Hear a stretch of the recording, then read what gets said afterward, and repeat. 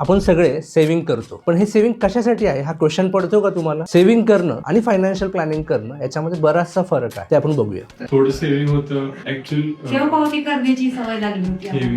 आम्हाला. ठेव पावती करत होतो आम्ही. आता आपल्याला किती खर्च येतोय भविष्यात 10 वर्षानंतर मुलांच्या शिक्षणाला एज्युकेशनला किती खर्च येईल, मग त्याचं प्लॅनिंग आता आपण किती इन्व्हेस्टमेंट केली पाहिजे, दर महिना आपण किती बाजू काढली सेसपे केली पाहिजे, मुलांसाठी किती केली पाहिजे, आपल्या रिटायरमेंटसाठी किती पाहिजे, ह्या गोष्टी होतच गेल्या. आपले मेंबर आहेत अमर वरुडे, यांच्याकडे सुरुवातीला इन्व्हेस्टमेंट होती, इन्शुरन्स होते, काही एफडी होत्या सेव्हिंग केली, पण एक दिशा नव्हती. आणि फायनान्शियल प्लॅनिंग मध्ये त्यांना दिशा मिळाली. ती दिशा म्हणजे काय की मुलांना एज्युकेशनसाठी किती पैसे लागायचे आहेत, रिटायरमेंटला किती पैसे लागायचे आहेत, आणि त्याच्यामुळे एक प्रकारे सिस्टमॅटिकली त्यांचं सेव्हिंग वाढत गेलं आणि इन्व्हेस्टमेंट त्याच्या अकॉर्डिंगली होत गेली. ही इन्व्हेस्टमेंट कोणत्या कारणासाठी असल्यामुळे त्यांना क्लॅरिटी ऑफ इन्व्हेस्टमेंट मिळाली आणि त्याच्यात ते मोटिवेट झालं ही ऍक्शन आपण का घेतोय. तुम्ही जेव्हा इन्व्हेस्टमेंट करताय तो फायनान्शियल प्लॅन अंडरस्टँड करून सेव्हिंग करत असताना दिशा द्यायची आहे. क्लिक करा आमच्या बायो मधल्या लिंकला आणि बुक करा कॉल आमच्या प्लॅनर सोबत.